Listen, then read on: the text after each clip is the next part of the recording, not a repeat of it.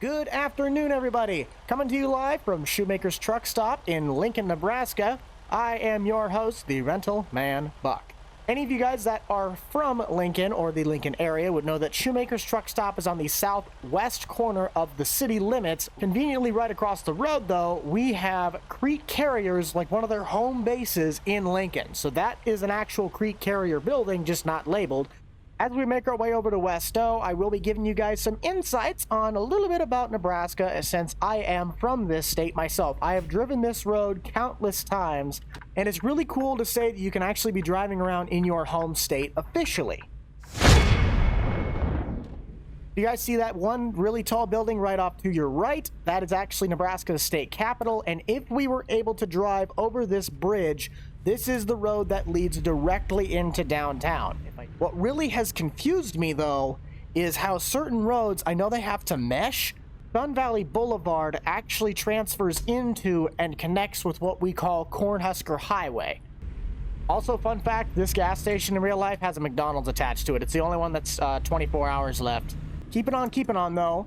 The grain bin silo you guys see off to your right, I thought it was really weird to see that, like, right there, but then I realized that landmark puts us on Cornhusker Highway. That landscape place is actually right there. I used to... No! They just did... Okay, fun fact. I used to work... That is actually a Vermeer dealership. That is the exact one I used to work at. That is so cool. But over this viaduct, that would be considered the Purina plant, and we have to go to Smithfield, which is right over yonder. I'm just now realizing what these roads actually were because I drove this at night the first time I saw it. That road, if we were to continue going straight, goes to a little suburb down of Lincoln called Waverly, but we can't go that far, and that's Interstate 80 right in front of us, where the trucks are going across the viaduct. If you guys are enjoying content like this, though, and would like to see more, be sure to smash that like button, subscribe down below. I am on the race to 100,000 public subscribers by the end of this year. America Truck Sim coming out with Nebraska has been pretty enlightening. There's a lot of stuff, though, that I'm noticing is missing that it really wouldn't have been that hard to add in, as there's some major roads that we actually have for our state. Arriving at our pickup spot, though, let's get inside, get loaded up, and we'll be on the road. A few moments later.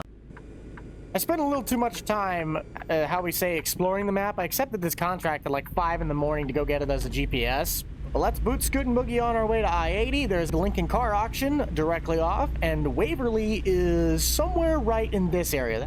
One thing that I'm noticing now that is incorrect is I-80 from Lincoln to Omaha. Interstate 80 is three-way. One feature I am noticing about this DLC, they put the county numbers on the plates. I like that. On top of it all, though, we have arrived to our loading area. We'll get this unloaded, pick up a new contract, and hopefully be able to go all the way from Omaha to Scottsbluff on the complete opposite side of the state. This parking moment is brought to you by Andy Clean, the world's greatest farm soap. If you need to keep your stuff clean, or in essence, I hope I can keep my driving record clean, we're going to put this thing right where we need it to be, except we're a stall over. Dang it!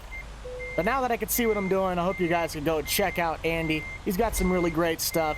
I love the guy to death. He's a fantastic friend. And also, go get some soap from him. Our delivery has arrived on time. Let's go pick up a load and head on the other side of the state. Looking at our world map, this is Omaha, that's Lincoln. Interstate 80 runs directly between the two, and this junction, for some odd reason, they put that there. That does not exist. But I guarantee you they added this because it has to route to Columbus. The issue I'm having is if they were to put a straight line road right there to Fremont, right there, there is a double lane highway for the majority of this that goes straight to Fremont called Highway 77. That's what this is. Highway 77 continues from this part of the interstate to there. There's a whole road line that's missing. I get it for optimization reasons. It just kind of stinks that we don't have a main artery that it's missing right there. I can't tell you how many times, though, I've been looking at all these license plates and seeing what all the different combinations of counties are. I think there's like 96 counties in the state of Nebraska, and I've seen a lot of 55s. I'm trying to see if I can find any of the single-digit ones, because I've only seen one that was 9. So I don't know how many variants that they actually did for ATS. Definitely one of my most logical jobs I've taken.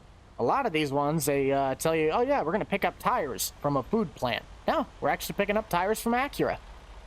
I just know we got a long way to go and a short time to get there. Saying goodbye to downtown Omaha, let's get on the interstate and start heading west. My question is, can I see the Henry Dorley? I can see the Henry Dorley Zoo. There's the Sand Dome, or the Desert Dome. 12 seconds later. I can tell you they got the traffic right. It wouldn't be Omaha if it didn't have 15 lane closures and a bunch of traffic accidents.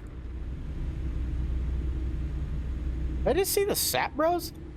Hold on, that intersection's not Gretna. That's actually Papillion La Vista, because that's the Sap Bros silo. That's a short drive. I thought that was a different intersection. Either way, we're back at the car auction site. Going by our Beatrice exit, what is just over that tree line, there he goes. There's the Lincoln Airport. That is really cool. Off to Scottsbluff we go. On the road again. I just can't wait to get on the road again. Wi-Fi others making music with my friends. I can't wait to get on the road again. That better not be York's water tower. Is that the Seward exit? Bro, York just happened. Bro, we literally just left Lincoln and we're already in York. York's like at least 40 minutes from Lincoln. Or 30. It's like 30 minutes from Lincoln. It was like 20 seconds. Can I live here? Can I live here to get across state? Because like the farm progress show is like boom, right there. What other landmarks do we have? We have the Grand Island and Red... I didn't know that was where Red Cloud was.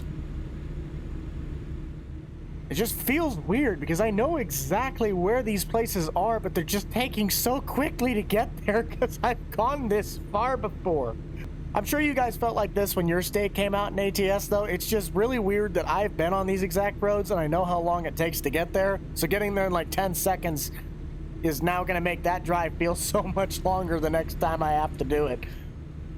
What makes me sad, though, is that when we go by the Kearney Bridge, which should be coming up here really soon, we won't be able to see it in the light because yep, there it is. There's the Kearney Bridge. So we're officially now going through Kearney. Let me turn on my brights and it might be able to see it a little bit better. If you guys know the bridge in Kearney, this is that glorious sight. I've never actually been in that bridge though. Elm Creek, definitely not farm sim related, because Elm Creek's based out of Iowa. It's the rental. It's the rental man bus. Ah, we're in the ditch. At some point, we'd be going through the area of Lexington, which is the furthest west in the entire of Nebraska that I have been. My dad's been all the way up to North Platte and Scottsbluff, and apparently there is a distinct cutoff line between vegetation and sandhills. I've looked at it on Google Maps, and I know it's literally just a straight line. The rest areas are cool because they did actually get those right.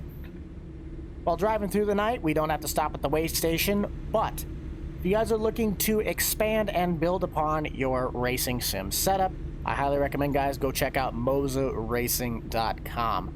I currently, right now, I'm using the Truck Simulator steering wheel. It feels great, it drives great, it's got good force feedback. The only downside is that this wheel is not available for consoles. MOZA is working on a wheel that is console friendly, but seriously, if you're looking to get serious, especially if you guys want to play something like America Truck Sim only on PC, I highly recommend checking them out, guys. Good quality. We've officially now gotten to North Platte. North Platte has been discovered, meaning everything that I'm about to see right now, I have never seen before in my life. This is the part of Nebraska that I have never been to, and we still got 200 miles to go. This is a long state.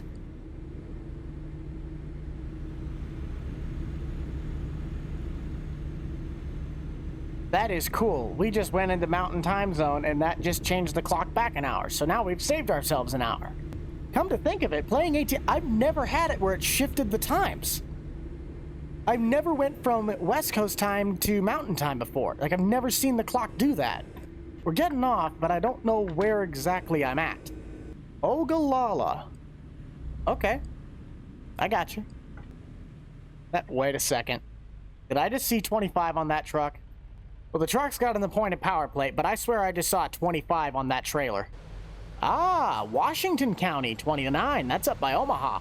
I was sure that his plate said 25, and if you're from Nebraska, if you see a 25 county plate, they're either going 15 over or 15 under, and there's no in between.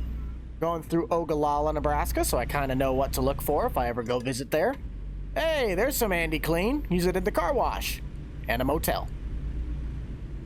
I know you guys are going to have a really hard time seeing this, but I can tell this is where the joke of Nebraska actually kicks in, because on both sides of me right now is literally just cornfields. Ah, yes, have a fuel station out in the absolute middle of nowhere, but we can't use it. That makes sense. Kind of closing in on our destination, my biggest takeaway that I've had from the Nebraska DLC so far, I would say it kind of feels a little underwhelming. The western side of the state, I would say, is fine. The depth, the distance, the detail, it looks good. I'll obviously have to explore more in the daytime. As for the eastern side of the state, though, it's kind of sad with how many roads actually are missing that could have been put in, and the way they crammed all the details together. Beggars can't be choosers, though. I highly recommend checking out Nebraska, guys, if you really want to. Why on earth are Tyson chicken nuggets sold at a case dealer? Hold on, what? I'm confused. I guess, fun fact, Tyson chicken nuggets now sells Case IH combines. And there is my favorite gas station of all time. Sinclair Dinosaur. This is probably the most serious I've taken this, but why on earth is Hitachi ordering tires from Acura? That doesn't really make any sense. That is this is a horribly designed intersection. You got train tracks. With that job wrapped up, because I actually couldn't find the box for some odd reason, it's like, hey, you got to park it right here. Well, there's no lines there. That's going to end out our video, guys. Checking out Nebraska for the first time on American Truck Simulator. Either way, there is an event for World of Trucks where we could be cruising Nebraska. So if you guys want to see some streaming content to mash up between Farm Sim and American Truck Sim, I'd love to go try and complete that event for my home state. Be sure to check out the Boomstick Club for all the up-to-date content from me and the gang. You guys already know who is in it. I shall see you all in the next one. This is the Rental Man out.